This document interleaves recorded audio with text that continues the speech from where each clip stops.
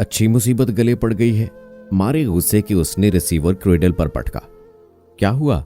अजरा भाभी ने दुपट्टे पर लैस लगाते हुए पूछा। होना क्या है? भाभी मौसूफ का फिर फोन आया था। बात कर ली होती ना तुमने, भाभी बोली।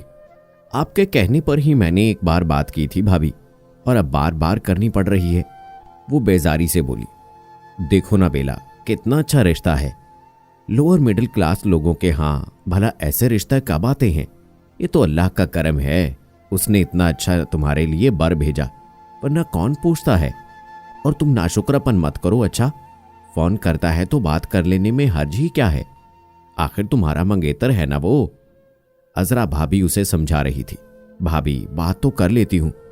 मगर वो एकदम चुप हो गई। मगर क्या? मगर वो सिर्फ बात ही तो नहीं करना चाहता ना। क्या मतलब? कहता है मैं तुम्हें देखना चाहता हूं। ए लो, क्या पहले नहीं देखा था? भाभी के लहजे में शक था। अरे नहीं भाभी, बेला ने कहा, हम तो समझे थे कि तुम्हें देखकर ही उसने रिश्ता भेजा है। आखिर उसकी बहन तुम्हारी क्लास फेलो थे ना?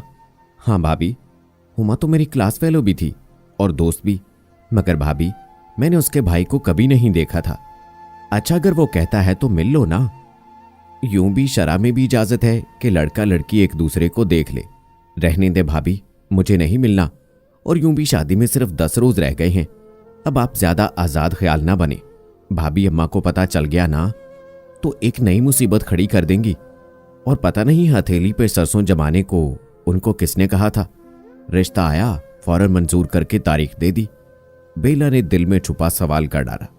ए बी, सच जानो तो हम समझे तुम्हारी मंशा है इस रिश्ते में, इसीलिए तो अब्बू ने कोई ऐसी वैसी बात नहीं की। क्या क्या आप लोगों ने ऐसा समझा था? मारे हैरत के उसकी तो आवाज ही नहीं निकल रही थी। इतने ऊंचे घराने और ऊंचे ओहदे के बंदे को आखिर मामूली क्लर्क की राह किसी ने तो दिखाई होगी ना। हाँ तो भाभी, आप लोग समझे कि वो राह मैंने दिखाई है, बेला बोली। बिल्कुल। उफ मेरे खुदा, उसका तो दिमाग ही चटकने लगा था और भाभी काम में मसरूफ हो गई। या खुदा, मैं इतनी बेएतबार हो गई थी कि किसी ने मुझसे पूछा भी नहीं। खुद ब खुद मफरूजे घड़ लिए। क्या अम्मा अब्बा को मुझ पे एतबार ना था? वो बेला जमान 2 हफ्ते कबल ही तो मेडिकल के फाइनल ईयर का इम्तिहान देकर घर आई थी, और यहां आकर उसे पता चला था कि एक रोज कबल उसकी क्लास फेलो हुमा और उसके घर वाले उसके प्रपोजल के सिलसिले में आए थे। जमाल फारूक CSP अफसर था और उन दिनों उसकी इस्लामाबाद में पोस्टिंग थी। अम्मा अब्बा ने उससे पूछे बगैर हामी भर ली थी कि हुमा ने उन्हें यकीन दिलाया था कि वो दोनों बेस्ट फ्रेंड्स हैं, और सब यही समझे थे कि बेला की मर्जी भी है, इसलिए तो अब भी खामोश थे। फिर फारूक साहब की ख्वाहिश पर जल्द तारीख दे दी गई थी, क्योंकि जमाल किसी कोर्स के सिलसिले में 1 माह बाद पेरिस जा रहा था। वो अपनी बीवी को साथ लेकर जाना चाहता था। खानदान में बेला पर रश कर रहे थे। बड़ा ऊंचा हाथ मारा है, उड़ता उड़ता यह जुमला उसके कानों में भी पड़ा था, मगर उसने परवाह ना की थी। अरे बेला, कहाँ गई वो तुम्हारी दोस्त हुमा का फोन है। बेला की बड़ी बहन जो उसकी शादी के सिलसिले में आई हुई थी, उन्होंने उनको इत्तला दी। बेला बेजार सी उठकर फोन के करीब आई। हेलो, क्या हाल है भाबो जानी? हुमा चहक रही थी। क्यों फोन किया तुमने? बेला सख्त लहजे में गोया हुई। भाई, तुमने मेरे भाई को तो दीवाना कर दिया है। तुम्हारी आवाज के शहर में वो तो जकड़े गए हैं। क्या बकवास है हुमा यार, उनसे मिल लो ना एक बार। पर क्या जरूरत है ये मिलने की? प्लीज बेला, एक बार अपने दर्शन करवा दो मेरे भैया को। देखो हुमा, मुझे ये फजूलियात बिल्कुल पसंद नहीं। मैं कोई लूली लंगड़ी नहीं हूं, ना ही बदसूरत हूं। तस्वीर देखी थी ना तुम्हारे भाई ने।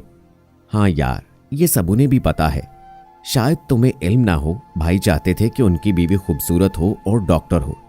अब जब हम भी कोई लड़की देखने जाते तो डॉक्टर होती तो खूबसूरत ना होती, और अगर खूबसूरत होती तो डॉक्टर ना होती। एक रोज मैंने तुम्हें गौर से देखा तो पता चला तुम तो भाई की पसंद पर 101% पूरी उतरती हो। तुम्हें याद हो, मैंने मामा और आपी से तुम्हें मिलवाया था ना? हाँ, मुझे सब याद है हुमा, और उन्होंने भी तुम्हें पसंद किया था। बस फाइनल इम्तिहान होते ही हम तुम्हारे घर पहुंच गए। इत्तफाक से भाई भी आए हुए थे और तुम्हें उस रोज घर पहुंच जाना था, मगर शायद तुम्हें अपनी दोस्त के साथ घर वापस आना था। वो आ न सकी तो तुम भी ना आई, और हम जिद करके डेट लेकर ही आए। और मजे की बात ये कि दूसरे रोज मैं और भाई हॉस्टल भी गए थे। पता चला कि तुम तो सिर्फ चंद मिनट पहले ही फैसलाबाद रवाना हो गई हो। फिर हम लारी अड्डे पर भी गए, पर तुम लोग हमें ना मिले। भाई वापस चले गए और अब तुमको देखना चाहते हैं। यह मुमकिन नहीं है। हुमा यार, क्या दक्यानुसी बातें कर रही हो? आखिर तुम्हारी उनसे शादी हो रही है, पर मुझे ये सब पसंद नहीं है। हुमा, तुम उन्हें प्लीज बता दो। मैंने उनको तुम्हारी तस्वीर भी दिखाई है जो जिना पार्क में हम लोगों ने खिंचवाई थी, मगर वो कहते हैं ना कि तस्वीर तेरी मेरा दिल ना बहला सकेगी। खैर, तुमने भी अच्छा नहीं किया, वो बोली। तुम सोच लो बेला, हुमा ने कहा। सोच लिया है यार, कह जो दिया तुम्हें, नहीं करनी मुझे अपनी नुमाइश। उसका लहजा सख्त था और फिर रिसीवर दूसरी तरफ से हुमा के हाथ से उसके भाई जमाल के हाथ में जा चुका था। हुमा, प्लीज कह दो अपने भाई से कि वो मुझे शादी से पहले नहीं देख सकेंगे। इतना गरूर अच्छा नहीं होता बेला जी।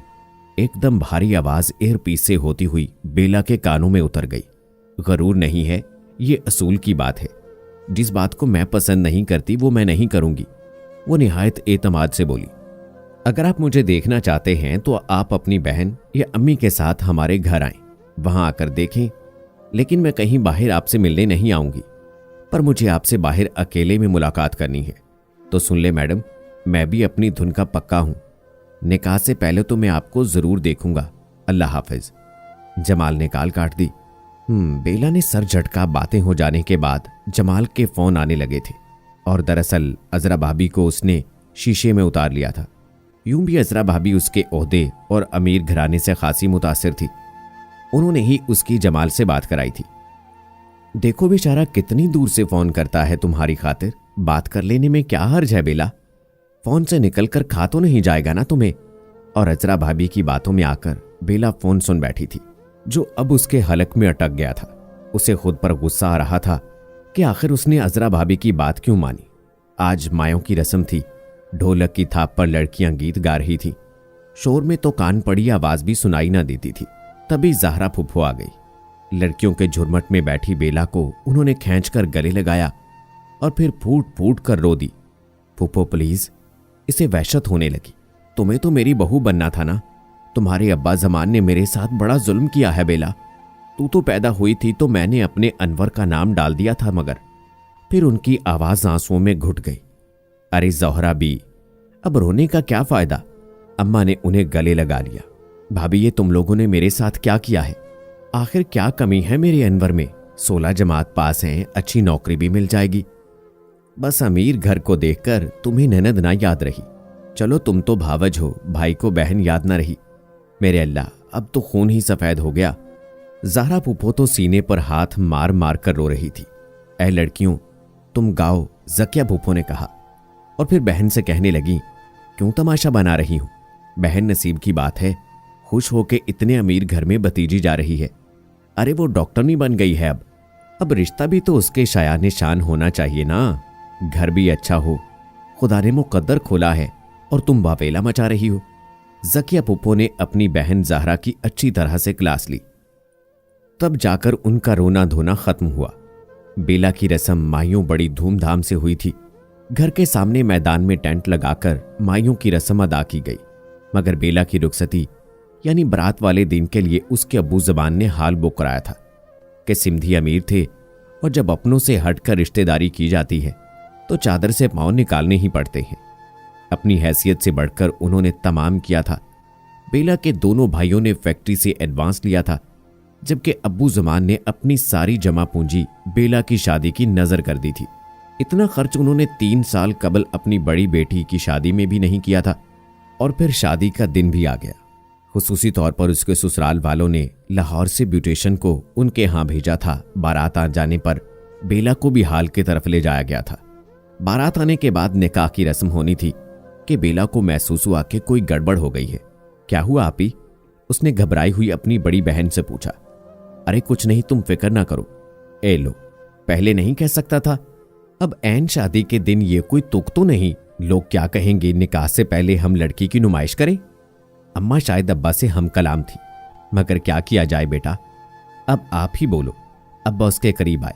जी अब्बा, मैं सुन रही हूं और समझ भी रही हूं।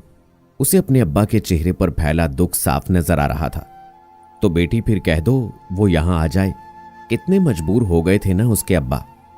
अब्बा जमाल की शर्त पूरी कर दे, मगर फिर जो हुआ उसे मेरा मुकद्दर जानिएगा। बेला ने कहा तो फिर बड़ी बहन जल्दी से बोली, अरे तुम इतनी खूबसूरत हो, वो भला तुम्हें क्यों रिजेक्ट करेगा? अब्बा मैं वही हाल में उसके पास जाऊंगी। बेला अपनी बहन की बात को अनसुनी करके बोली, क्या कह रही हो बेटा, ये मेरी शर्त है। अब्बा तमाशा हो तो फिर जम के हो। वो मुस्कुराई। अब्बा समझ गए कि बहस फजूल है। उन्होंने सर झुका दिया और बेला उनके साथ इस तरह चल दी जहां बारातियों के बैठने का इंतजाम था। वो घूंघट निकाले अब्बा का हाथ थामे निहायत एतमाद से वहां आई थी। सब हैरान थे कि दुल्हन यहां कैसे। वो जमाल के करीब जाकर रुक गई और घूंघट उलट दिया। जमाल को तो लगा जैसे 400 उजाला हो गया। एकदम खड़ा हो गया। वो तो उसकी तस्वीर से भी ज्यादा हसीन थी। मुझे देख लिया जमाल साहब आपने? वो निहायत एतमाद से पूछ रही थी। जी जी, वो हकलाता रह गया। अब क्या हुक्म है? बेला अबरू चढ़ाकर पूछ रही थी। निकाह पढ़ाया जाए मौलवी साहब, मुझे मंजूर है। जमाल ने गर्दन तान कर फखर से कहा, मगर मौलवी साहब मुझे जमाल मंजूर नहीं है। बेला की आवाज भरी जमाल को लगा जैसे छत इस पर आ रही हो। हाल में अजीब सा शोर मच गया। अगर मैं आज आपको पसंद ना आती तो आप निकाह से इनकार कर देते ना, तो मैं अब निकाह से इनकार करती हूं। जहां बुजुर्गों के फैसले को आपने अहमियत नहीं दी कि हमारा रिश्ता बुजुर्गों ने ही तय किया था ना, तो अब मैं आपका फैसला नहीं मानूंगी। अंकल आप अपने बेटे की बारात ले जा सकते हैं, बेला ने फारूक साहब से मुखातिब होकर कहा। और फिर रुकी नहीं। वो हाल के उस कमरे में बंद हो गई जहां से अब्बा उसे लेकर गए थे। बाहर दरवाजा पीटता रहा मगर उसने ना खोला। उसकी आंख से एक भी आंसू ना टपका था। पता नहीं क्यों दिल को एक अजीब सा इत्मीनान हुआ था। और फिर अब्बा की आवाज आई, बेला बेटा दरवाजा खोलो, बारात जा चुकी है। और फिर उसने दरवाजा खोला तो सामने अब्बा खड़े थे। वो उनके सीने से लगकर बेतहाशा रो दी। अब्बा ये शख्स अच्छा नहीं था। ये हमेशा हमें ब्लैकमेल करता रहता। आज इतने लोगों में रखी गई उसकी इस शर्त को मान लेते ना हम अब्बा, तो हम उसके हाथ में कठपुतली रहते। और फिर इसका अंजाम क्या होता अब्बा, पता है ना आप लोगों को? या तो मुझे आप लोगों को छोड़ना पड़ता या उस तकब्बुर के मारे शख्स को। और मैंने उसके साथ चलने से पहले ही उसको छोड़ दिया है। मुझे पसंद आया है बेटी तुम्हारा ये फैसला। मुझसे जल्दबाजी में गलत फैसला हो गया था। अब अगर तुम मानो तो ज़हरा फूफो के साथ तुम्हें भेज दूं? उन्होंने पूछा तो बेला ने फौरन सर झुका दिया और बाप ने अपनी बेटी को गले से लगा दिया। और फिर उसी रात फूलों की सेज में अनवर उसका हाथ थामे कह रहा था, आना तुम्हें मेरे गरीब खाने में था, भला महल में कैसे जा सकती थी? आपका दिल किसी महल से कम तो नहीं अनवर। उसने शर्मीली सी मुस्कुराहट से कहा। तो अनवर हंस दिया और बोला, अगर तुम्हारे नसीब में है तो इंशाल्लाह बड़ा घर भी मिल जाएगा। और वाकई इसका नसीब ही तो था कि जिस रोज वो मुकलावे से वापस आई थी तो अनवर ने बताया कि उसने CSS का इम्तिहान क्लियर कर लिया है और जल्द ही वो ट्रेनिंग के लिए एकेडमी चला जाएगा। आपने मुझे पहले क्यों नहीं बताया था? बेला के लहजे में शिकवा था। यार मैंने सोचा पता नहीं पास भी होता हूं या नहीं। अनवर ने कहा, क्यों नहीं पास होना था? इतने ज़हीन तो हैं आप। अरे मेरी प्यारी बेला, मेरे पास कोई सिफारिश नहीं थी। वो दुख से बोला, पर अल्लाह की सिफारिश भूल गए आप? हाँ सच है, तुम भी तो अल्लाह की सिफारिश से ही मिली हो मुझे। अनवर ने उसका हाथ थामकर लबों से लगाया तो बेला को लगा जैसे ढेर सारी रोशनी उसके वजूद में ठंडक बनकर उतरी जा रही हो। अल्लाह ने वाकई उसका मुकद्दर खोल दिया था और उसे अपने किए गए फैसले पर नाज हो रहा था। तो दोस्तों, किसी की मोहब्बत की ये सच्ची दास्तान आपको कैसी लगी कमेंट बॉक्स में ज़रूर बताइएगा। मज़ीद ऐसी वीडियोस देखने के लिए मेरे चैनल को सब्सक्राइब करें। अगली वीडियो तक अपने दोस्त राव कमर रिजवान को इजाज़त दें। अल्लाह हाफिज़।